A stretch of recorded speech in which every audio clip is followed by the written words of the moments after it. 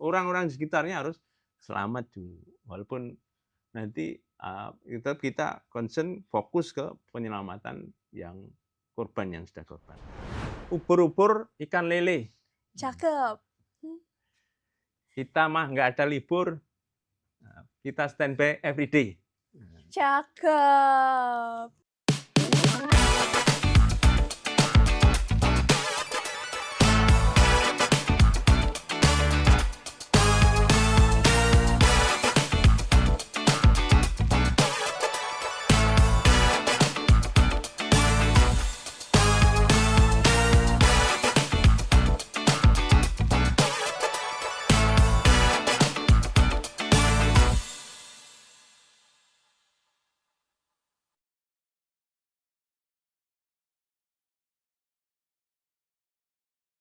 Halo Sobat SAR, Assalamualaikum warahmatullahi wabarakatuh. Waalaikumsalam warahmatullahi wabarakatuh.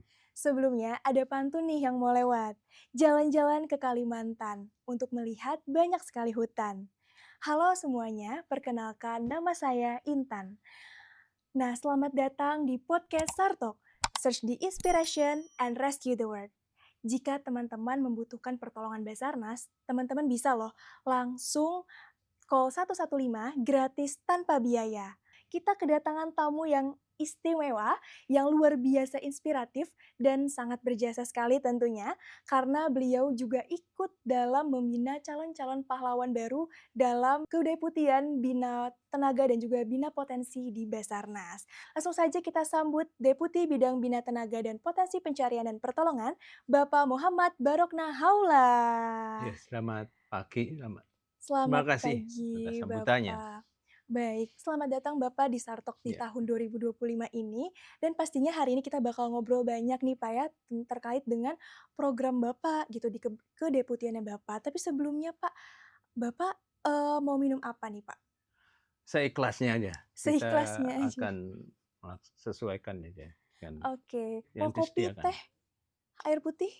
Ya boleh, Apa karena saya saja? sering olahraga, saya lebih senang air putih aja. Air putih. Baik, langsung saja kita panggil Mbak Liana.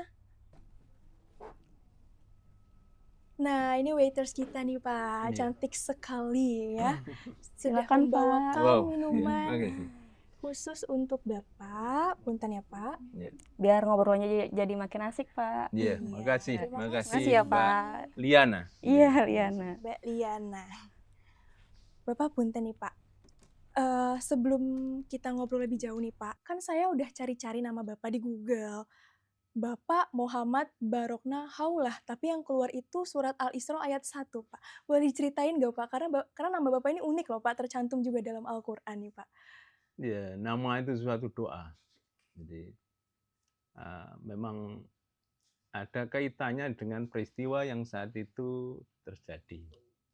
Kalau sekarang memang saya sering dipanggil di kiroah-kiroah atau tilawah-tilawah itu di Al-Isra ayat 1. Dan nama itu diberikan oleh bapak saya ketika sehari setelah Al-Aqsa dibakar Israel. Itu di tahun 1969. Nah, sehingga menginspirasi saya untuk menjadi orang, supaya doanya beliau bahwa Allah itu akan memberikan suatu manfaat bagi saya untuk sekeliling saya. Ya.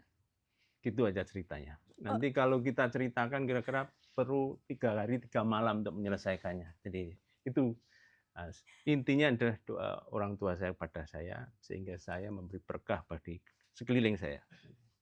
Cocok banget nih Pak ya, namanya Bapak Barokna Haulah yang Emang, memberikan ya, keberkahan dan juga sebagai tim SAR ya Pak ya. iya. Iya. Nah, kalau untuk Basarnas sendiri nih Pak ya, kira-kira mengawali tahun 2025 ini, kegiatan apa sih yang sedang dilakukan oleh kedeputian Bapak? Kita sudah melaksanakan persiapan, perencanaan dari awal sehingga kita bisa segera melaksanakan mengeksekusi kegiatan itu di 2025. Jadi banyak yang sudah menjadi garis pimpinan yang dari atas, mulai dari kebijakan stacita yang dari presiden turun ke kementerian dan lembaga, dan kita eksekusi dalam bentuk kegiatan-kegiatan baik di bidang bina tenaga dan bidang bina potensi. Potensi. Nah, ini yang terutama masih banyak sebenarnya yang merupakan continuation dari kegiatan-kegiatan sebelumnya. Ya, dari misalnya di Bina Tenaga itu ya fokusnya pada pembinaan tenaga yang dimiliki oleh Basarnas, baik di rescuer, ada APK, ada petugas kom, ada awak, darat, laut, udara, instruktur, dan tugas medis, dan lain sebagainya. Dan di luar sementara juga banyak yang dimiliki oleh organisasi, lembaga, atau perorangan yang terlibat dalam penyelenggaraan SAR. Baik personilnya, bahkan peralatannya pun kita berikan kerjasama dan pembinaan, termasuk satwanya di sini yang dimiliki oleh potensi SAR. Oke, kalau untuk di bidang bina potensi, kegiatan utamanya di tahun 2025 ini apa, Pak? Yang potensi ini kita masih melanjutkan beberapa kegiatan walaupun ada tambahan juga. Nah, yang dari kemarin yang banyak animonya itu seperti kegiatan pemberdayaan masyarakat, di mana kita selama setahun itu mencoba untuk membuat kegiatan rintisan untuk meningkatkan awareness dari masyarakat yang disaster prone atau masyarakat yang rentan bencana itu. Nah, dalam bentuk misalkan mengingatkan bahwa mereka memastikan mereka sudah punya SOP, mereka sudah punya infrastruktur untuk mendukung evakuasi apabila terjadi bencana, terus kemudian mereka juga sudah melaksanakan SOP-SOP yang ada di situ. Terus mereka sudah melibatkan pihak-pihak tertentu yang terlibat di situ. Yang ini memastikan aja, kita tidak memberikan sesuatu yang baru, memastikan, dan selanjutnya adalah melaksanakan simulasi. Dari itu mereka mungkin lama tidak melaksanakan simulasi, ya kita pandu, dan juga selain simulasi itu mereka juga kita bekali dengan kemampuan-kemampuan praktis di bidang search and rescue seperti misalkan pertolongan pertama dan kemampuan evakuasi dan lain sebagainya. Ini yang di pemberdayaan masyarakat. Ada juga yang di bina potensi itu pembinaan potensi dalam bentuk pembinaan anggota pramuka dalam Sakasar. Wah. Ini satu hal yang sebenarnya sudah kita laksanakan bertahun-tahun, namun ada keinginan kita juga bersambut dengan juga keinginan dari pihak pramuka, dalam hal ini adalah pengurus yang di tingkat nasional maupun daerah untuk membentuk suatu Sakasar. Nah, kita dari awal sudah kita ikuti prosedurnya dengan berbagai macam kegiatan sehingga Saka rintisan sudah terbentuk. Dan terus kemudian ada juga kegiatan-kegiatan seperti yang lagi ngetren juga, ini banyak diminati oleh sekolah, SAR Goes to School. SAR Goes to School, wah menarik Pak, boleh diceritain nggak nih sama kita semua? SAR Goes to School itu ini suatu kegiatan di mana kita memperkenalkan kegiatan SAR dan juga menciptakan atau membangun awareness pada peserta didik yang di sekolah-sekolah, di berbagai tingkatan. Kita datangi mereka, kita laksanakan sosialisasi tentang hal-hal yang harus dilakukan apabila terjadi emergensi, terus kita berikan juga kemampuan-kemampuan teknis yang misalkan seperti cara mengatasi luka terbuka, CPR, dan lain sebagainya, termasuk juga memperkenalkan resources yang kita miliki dalam bentuk sarana prasarana pada mereka. Bagaimana mereka akhirnya timbul pengetahuan dan semakin paham tentang kegiatan SAR dan paham juga terhadap apa yang harus dilaksanakan apabila terjadi emergensi seperti bencana, kecelakaan, atau kebakaran, dan lain sebagainya. Nah, yang itu yang di SAR Goes to School. Nah, terus tadi sebenarnya di Bina Tenaga pun sama, kita melaksanakan kegiatan yang detail juga, seperti tahun kemarin kita sudah melaksanakan pembinaan untuk pilot untuk heli rescue kita di negara dengan simulator ke beberapa negara dengan membekali mereka dengan kemampuan latihan dalam bentuk simulator. Wow. Dan juga berbagai kegiatan misalkan untuk uji periodik untuk kesemaptaan, rescuer, terus kemudian pelatihan-pelatihan dalam penguasaan drone dan teknologi terbaru. Nah, yang sangat membantu dalam pelaksanaan acara khusus untuk bina tenaga kita. Samping itu kita kerjasama juga mencetak berbagai tenaga komunikasi yang sesuai dengan standar kompetensi yang ditetapkan berbagai organisasi internasional, terutama di pelayaran dan penerbangan. Kita bekerjasama dengan Kementerian Perhubungan dalam mencetak hal tersebut. Nah, boleh dong Pak, di-spill sedikit aja nih Pak kepada Sobat SAR nih yang ada di rumah, kira-kira langkah strategis apa yang Bapak dan tim bidang bina tenaga dan potensi pencarian pertolongan ini sedang lakukan? Inovasi atau inisiatif yang kita tekankan untuk tahun ini, karena mengingat keterbatasan, saya kira tidak hanya Basarnas saja yang mengalami, seluruh kementerian lembaga juga mengalami keterbatasan budget yang di situ dari kegiatan yang kita laksanakan. Kita juga mengembangkan pola kerjasama dengan berbagai pihak, baik dengan private sectors maupun kementerian lain, bahkan juga perorangan. Kita juga mengembangkan pola-pola kerjasama di mana mereka juga menikmati apa yang harus kompetensi yang mereka peroleh. Misalkan di potensi itu banyak ingin belajar tentang kompetensi SAR tertentu, mereka juga bisa secara mandiri melaksanakan dengan otomatis dengan supervisi dan penyelenggaraan materi dari kita, dan juga dengan biaya dan resources yang terbatas. Demikian juga kita kembangkan, kita sudah pilot project selama 2024 itu dengan inisiatif untuk mengawali blended learning. Blended learning itu suatu pembelajaran dengan metode gabungan, ya, baik secara online maupun offline, di mana memungkinkan peserta itu untuk memperoleh materi, mempelajarinya, dan mempraktekannya lebih leluasa.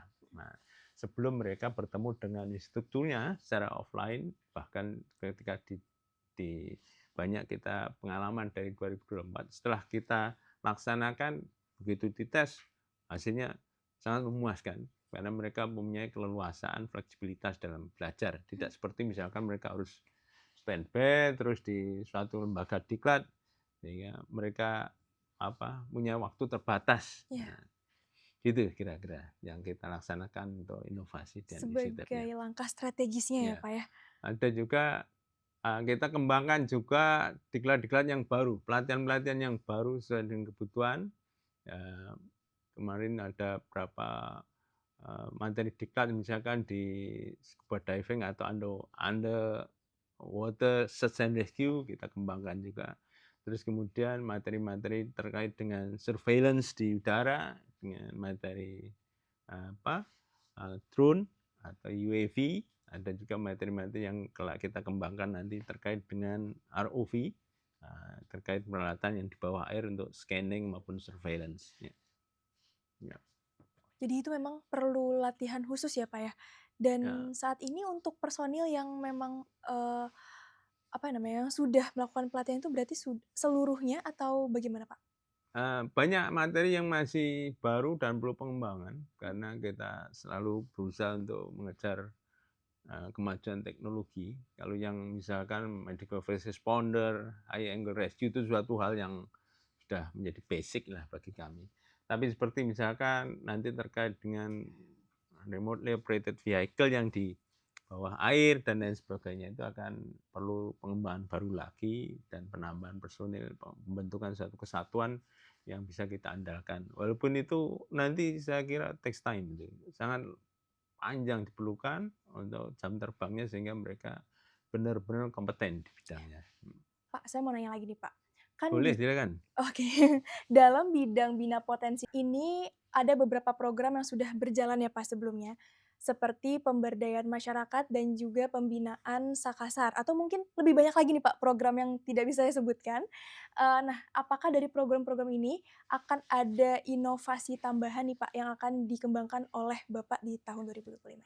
Khusus untuk pemberdayaan masyarakat, karena berdasarkan pengalaman di tahun awal itu, tahun 2024 kita sudah melaksanakan, jadi sudah tahu bagaimana menyelenggarakan suatu program. Nanti banyak yang akan kita libatkan langsung dari daerah, dari kantor SAR yang di daerah, tidak lagi ditackle oleh personil dari pusat lagi. Nanti banyak melibatkan kantor SAR di daerah untuk bekerja sama juga dengan stakeholders yang setempat, seperti Pemda dan lain sebagainya. Itu antara lain yang akan kita lempar untuk 2025. Untuk pemberdayaan masyarakat itu demikian. Untuk pembinaan Sakasarnya sendiri, karena ini sudah banyak sekali ya Kuarda, Kuarcap yang sudah membentuk Saka Rintisan itu, kita akan lanjutkan lagi dengan pengembangan-pengembangannya dan sebagaimana yang sudah kita laksanakan juga penghitungan dan pemenuhan kualifikasi untuk pembentukan Sakasar. Kita sudah memperoleh Saka Rintisan untuk SAR dan nanti kita berusaha untuk memunculkan menjadi Sakasar yang established, yang sudah mapan gitu. Dan ini juga melibatkan berbagai macam, bahkan kita juga sudah mengundang lembaga-lembaga pendidikan untuk terlibat di situ dan respons mereka sangat antusias. Nah, termasuk juga tadi ada kita di akhir tahun 2024 kita sudah mengundang dari berbagai sekolah yang ada sementara di Jabodetabek dulu. Kita cek ombak dulu. Nah, untuk mengetahui respon mereka tentang SAR Good School dan pembinaan SAR di sekolah. Ternyata respon mereka sangat di luar perkiraan BMKG. Di luar perkiraan BMKG. Jadi banyak sekali hal-hal yang sebelumnya kita nggak ketahui bahwa mereka juga sangat membutuhkan kompetensi di bidang SAR yang harus ditanamkan kepada anak didik mereka sejak awal. Sehingga yang saya katakan tadi menjadi awareness bagi peserta didik dari usia dini sampai nanti tuanya tahu apa yang dilaksanakan ketika terjadi emergensi. Dan mereka sudah mengundang kita juga di beberapa sekolah untuk langsung melaksanakan sosialisasi. Nanti endingnya biasanya sudah langsung tidak hanya sosialisasi namun pengenalan kompetensi terbatas sampai peralatan yang ada kepada mereka. Itu SAR Good School. Namun fenomena juga banyak terjadi kebalikannya, bukan SAR Good School, namun mereka juga sering datang ke kita. Kegiatan namanya, ya tetap ada namanya, kerangkanya SAR Good School. Tidak bisa kita jadikan menjadi Schools Go to SAR. Nanti terbalik. Oke. Nah, tapi tetap, jadi cara nahunya demikian ya, istilahnya itu. Tapi tetap aja programnya dibungkus dalam SAR Good School. Ya itu sementara yang di 3 program tadi. Sementara banyak program yang lain yang juga kita pacu untuk berinisiatif, berinovasi dengan memanfaatkan tidak hanya sumber daya yang dimiliki Basarnas maupun sumber daya yang dimiliki oleh berbagai stakeholders. Oke Pak, benar sih Pak. Kayaknya Sakasar ini tidak hanya ditujukan untuk anak-anak pramuka aja, tapi sebenarnya kita semua, apalagi teman-teman kita yang masih pada sekolah ya Pak ya, itu juga sangat membutuhkan materi-materi terkait dengan pertolongan pertama. Ini. Karena kita kadang nih Pak ya, di jalanan teman kita pingsan, aduh kita harus ngapain gitu, bingung gitu ya Pak. Ya kalau saya materi-materi saya nggak bisa menjanjikan ya. Namun kalau misalkan kompetensi bidang SAR itu, tadi saya luruskan ya, untuk Saka itu memang harus anggota pramuka. Oh gitu. Saka namanya orang pramuka. Tapi kalau SAR Good School materinya bisa seluruh murid atau siswa yang di situ. Ya banyak pengetahuan praktis, bahkan termasuk nanti bukan hanya yang sedang belajar jadi siswa atau murid, namun juga masyarakat secara umum. Ada juga di persiapan pemberdayaan masyarakat kita berikan teknis-teknis, misalkan pertolongan pertama bagaimana mengatasi luka terbuka, patah tulang, atau CPR dan lain sebagainya. Dan saya yakin memang itu sangat berguna. Jadi kami yakin kompetensi SAR itu sangat berguna untuk tidak hanya untuk orang SAR, seluruhnya. Seluruh masyarakat ya. Bahkan seluruh seperti manusia. ibu-ibu, calon ibu pun demikian. Calon ibu, aduh Bapak. Kemudian kalau misalnya di Bina Potensi ini kan berarti Basarnas sudah bekerja sama dengan banyak sekali komunitas Pak. Nah hingga saat ini, hingga tahun ini, kira-kira sudah berapa banyak komunitas perkiraan aja Pak? Itu tiap daerah itu lain-lain ya. Jadi nanti kalau secara nasional jumlahnya itu personilnya, karena mereka mendaftar itu sebagai perorangan, individual. individualnya itu sudah data terakhir sudah di atas 23.000. Semoga aja tetap bertambah terus. Berdasarkan dari sistem informasi Bina Potensi yang sudah kita kembangkan, mereka secara online bisa mendaftar itu. Memang dari tahun per tahun mereka mendaftar, juga konsekuensinya yang kita berikan juga kompetensi yang mereka secara bertahap, kompetensi yang mereka harus kuasai di situ.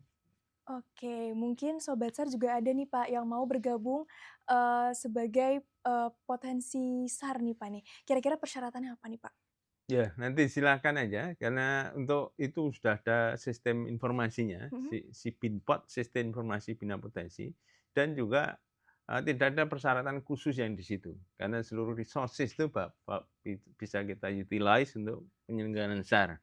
Nanti silakan juga kalau misalkan pengen keterangan atau informasi lebih jauh, bisa berkunjung ke kantor SAR, pos SAR, unit siaga SAR, kalau bisa bahkan kantor pusat pun kita akan terima, kita akan berikan sosialisasi informasi yang mereka inginkan, bahkan sampai kapal SAR pun bisa menjelaskan itu tentang bagaimana untuk menjadi potensi SAR. Ini cara nggak langsung aja, ini teman-teman yang di sini udah jadi potensi SAR semua di sini yang bergabung di berbagai media, organisasi dan lain sebagainya. Jadi potensi SAR juga ya Pak ya? Ya. Oh ya Pak, menurut Bapak nih, kenapa Bina Tenaga dan Bina Potensi ini bagi masyarakat kita itu sangat perlu diperhatikan?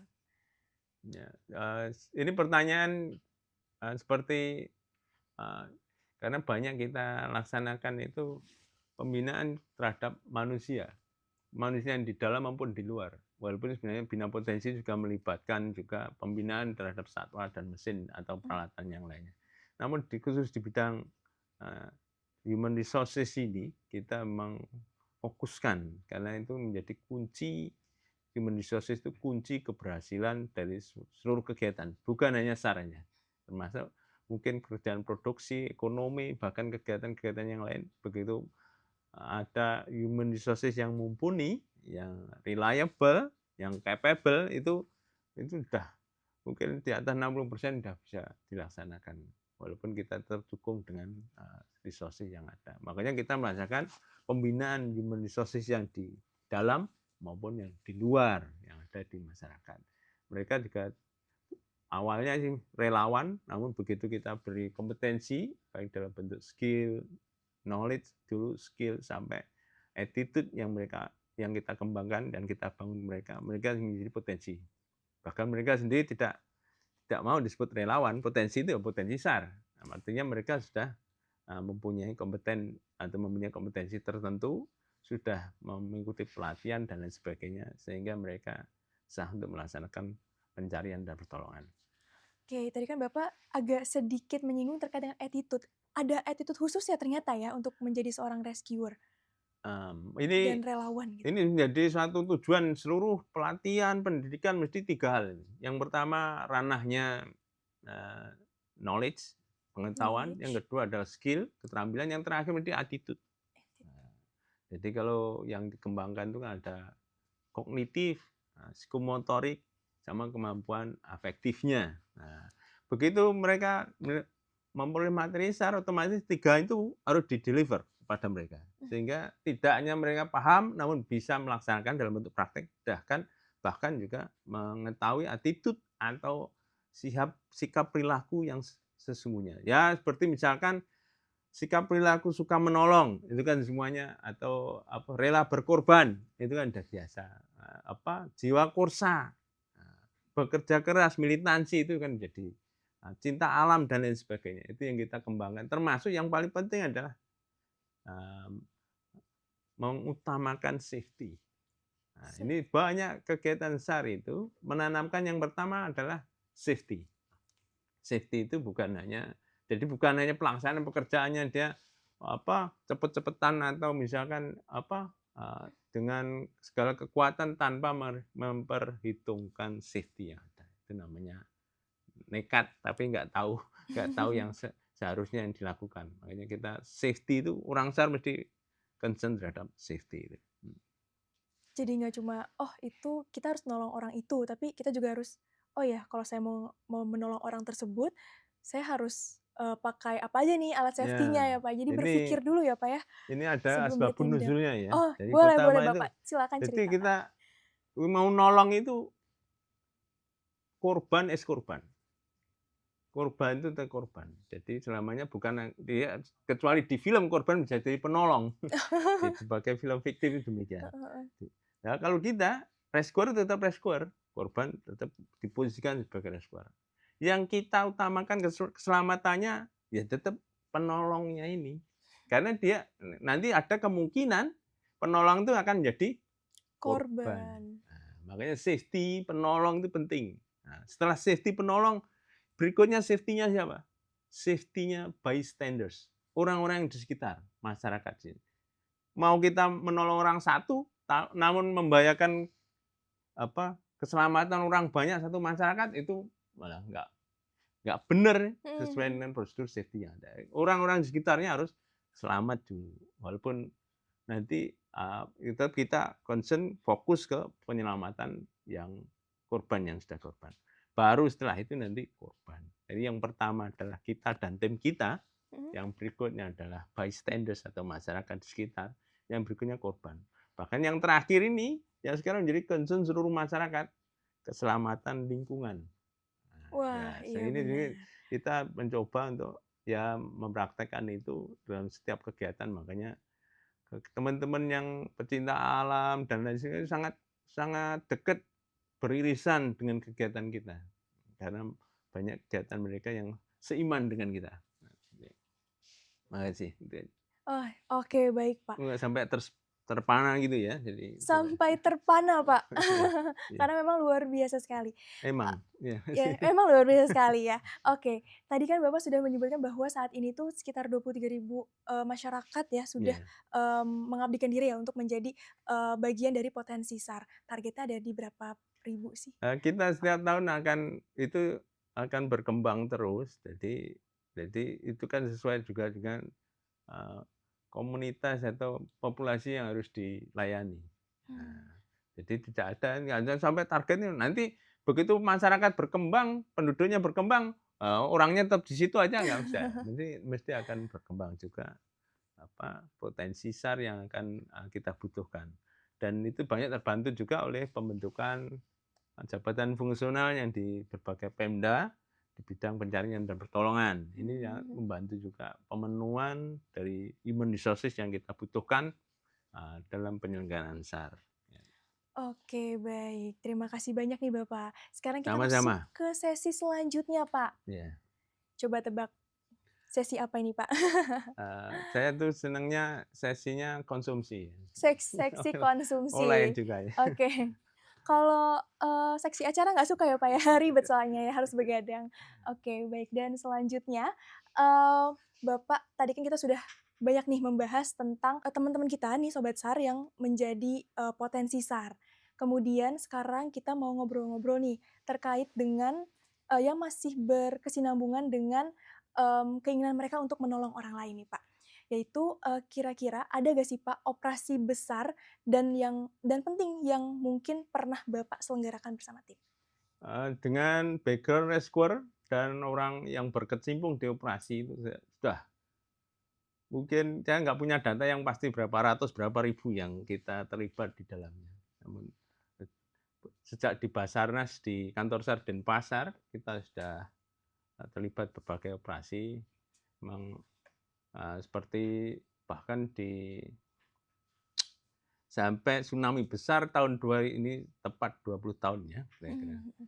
Tahun Aceh, saya juga bertugas dengan teman-teman di sana sebagai on-scene coordinator pada waktu itu di beberapa lokasi, ya, di Aceh besar, di kota Aceh, sampai daerah-daerah yang di pantai barat Aceh, ya, itu banyak.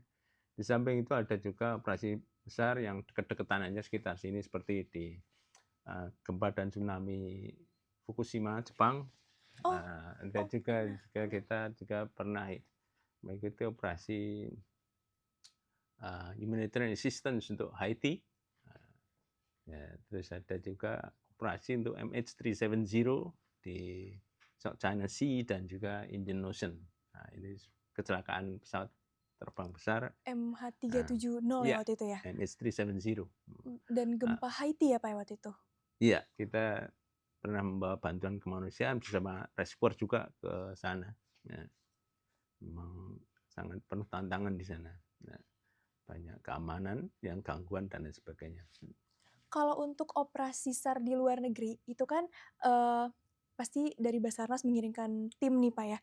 Itu prosesnya gimana ya Pak? Ke sananya itu naik apa? Terus kemudian bagaimana caranya untuk alat-alat apa yang Ya, akan diangkut juga, dibawa juga sama yang tim? jelas itu nggak bisa pakai ojek ya ke sana. Nggak bisa. Jadi memang harus Tarifnya diperlukan mahal banget suatu Pak.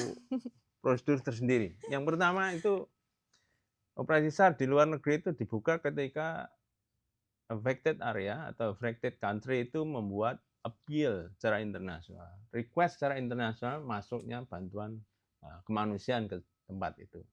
Begitu mereka mengirimkan itu melalui diplomatic channels yang ada, misalkan lewat Kementerian Luar Negeri mereka, terus dikirim ke organisasi internasional, mungkin ke perwakilan kita di sana, maka kita tahu bahwa mereka memerlukan itu dan bisa melaksanakan kita bisa melaksanakan bantuan terhadap mereka.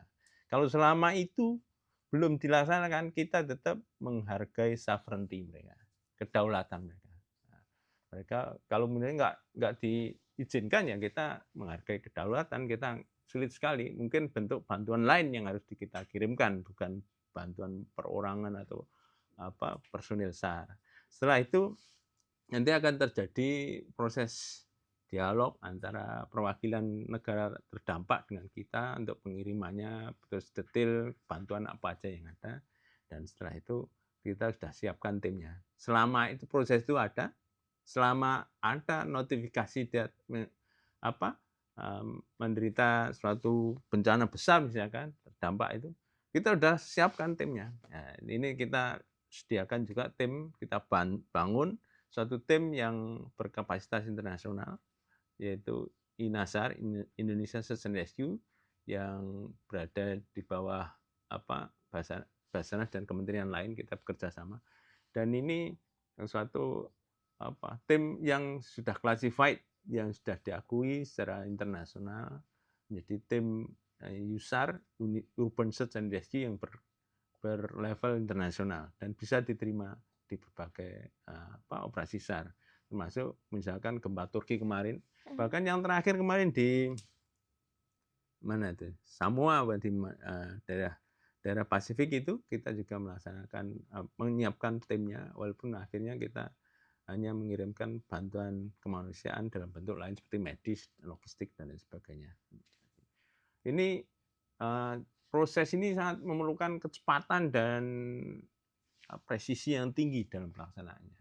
Mulai dari itu bukan hanya pembentukan timnya, sampai pelatihannya, sampai pembentukan SOP, sampai pembentukan kerjasama yang detail sekali dalam tim INASAR itu sangat diperhatikan.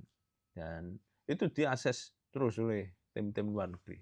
Nah, memang kita aktif juga di International Search and Rescue Advisory Group, suatu badan internasional yang memberikan masukan teknis dan pengembangan tim untuk tim-tim Urban Search and Rescue secara internasional. Tim ini masih berada di bawah UNOCHA, berafiliasi di Organisasi Kemanusiaan PBB UNOCHA, dan bersekretariat di Jenewa. Dan kita banyak sekali berkontribusi di tim tersebut, termasuk juga dalam bidang localization, yaitu pengembangan kompetensi di Indonesia. Kita banyak membangun itu.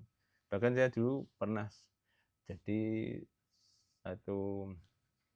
pimpinan satu working group untuk Asia Pasifik untuk flexible response di INASAR regional. Wow, keren Biasa sekali aja Bapak. kali. Seriusan Pak, itu keren banget. Seriusan, itu keren banget Pak. Dan luar biasa Pak atas ceritanya yang tadi, dan terima kasih banyak Bapak sudah mau berbagi cerita nih dengan Sobat SAR semua. Dan semoga bidang Bina Tenaga dan Potensi Pencarian dan Pertolongan Basarnas semakin sukses dan semakin memberikan dampak yang luar biasa lagi bagi seluruh masyarakat Indonesia, karena seperti motonya Basarnas nih Pak, quick action, satu jiwa, satu rasa. Terima kasih. Nah, terakhir nih Pak, sebelum masuk ke sesi selanjutnya, Bapak ada gak Pak pesan-pesan yang ingin Bapak sampaikan kepada tenaga SAR dan potensi SAR di seluruh Indonesia? Ini istilahnya yang di bahasa kampung saya kata-kata hari ini. Kata-kata hari Kata-kata ini, hari ini quotes of untuk the day. bina tenaga untuk teman-teman kita yang seluruh petugas SAR di Basarnas. Nah, jadi nanti ada 2 termasuk yang untuk seluruh potensi yang di luar juga kita pesan juga. Ya untuk orang dalam, kata-kata hari ini adalah ubur-ubur ikan lele. Cakep. Kita mah nggak ada libur, kita standby every day. Cakep. Ya. Ada pantun lagi Bapak? Yang masih kurang. Masih kurang Pak? Masih kurang. Kita tambah lagi. Yang lain ya. Yang lain. Pak. Ubur-ubur ikan lele. Ini Cakep. untuk potensi. Jangan kerja ngawur. Semua dengan SOP. Wede Bapak. Mau lagi Pak? Boleh. Ubur-ubur ikan lele. Cakep. Capek sudah leh. Capek sudah. Baik Bapak. Ada pesan-pesan lagi mungkin untuk tadi kan orang dalam nih, sekarang orang luar Pak. Itu tadi sudah termasuk potensi SAR bahwa karena saya tahu bahwa potensi SAR itu sangat berperan penting. Misalnya kemarin itu ada longsor di Pekalongan, banjir di berbagai negara, daerah ini. Mereka saya lihat itu dari safety-nya, terutama SOP itu perlu diperhatikan, termasuk penggunaan personal protective equipment atau bahasa desanya itu APD, alat proteksi diri itu yang perlu diperhatikan juga. SOP terkait dengan keselamatan. Bahkan ini keselamatan yang terakhir itu seperti 2 hari yang lalu, 3 hari yang lalu evakuasi yang terjepit tower di Bekasi. Nah, itu kadang-kadang perlu kehati-hatian dan mengutamakan safety. Saya juga pernah punya pengalaman karena didesak itu bahkan sampai membahayakan resiko kita. Nah, padahal itu sebenarnya tidak wise, tidak bijaksana di sini. Ya, tetap kita safety first. Safety first ya. Oke. Dan habis cerita-cerita tadi tentang langkah strategis dari kedeputian Bapak dan juga peristiwa operasi yang sangat penting nih ya. Kayaknya nggak lengkap nih Pak kalau kita nggak bacain komen SAR dari para netizen. Dan untuk sesi komen SAR ini yang akan membacakan komen nanti ada Mbak Liana. Saya panggil aja kali ya Pak ya. Ya silakan, saya Oke, ikhlasnya. Mbak Liana. Waduh, kira-kira komen apa nih yang akan dibacakan? Menggunakan sisir, jadi masih lama. Masih menggunakan sisir, tapi sudah sampai nih Pak Mbak Liananya. Halo Pak. Bapak tadi saya dengar ceritanya sangat banget menarik Pak. Oh, ngepoin ya tadi ya. Ayo Iya, nitip Pak. di mana? Saya dengar di belakang tadi menarik banget dan luar biasa sih cerita Saya Bapak. jadi terhura. Jadi terharu saya. Nggak bawa tisu ya, terharu. Saya juga mau bacain komenan dari netizen sini Pak. Ada dari Instagramnya Basarnas tadi. Silakan. Dari Maulana. Caranya gimana Min untuk ngajak peserta didik kunjungan kantor SAR terdekat? Nah, tanggapan Bapak sendiri gimana? Tanggapan saya baik-baik aja ya. Baik-baik saja. Jadi sebenarnya gini ya, dari saat go to school itu aksesnya banyak sekali. Dapat menghubungi kantor SAR setempat, posar setempat, bersurat, buka aja webnya, Basarnas. Nanti ketemu bersurat atau mungkin awalnya hanya TikTokan, pakai WA juga nggak apa-apa. Nanti semua akan kita respon dengan penyediaan selagi kita punya resources di situ atau kerjasama dengan sekolah bersangkutan, langsung kita respon. Itu bagian dari layanan publik kita. Nah, jadi kita utamakan juga.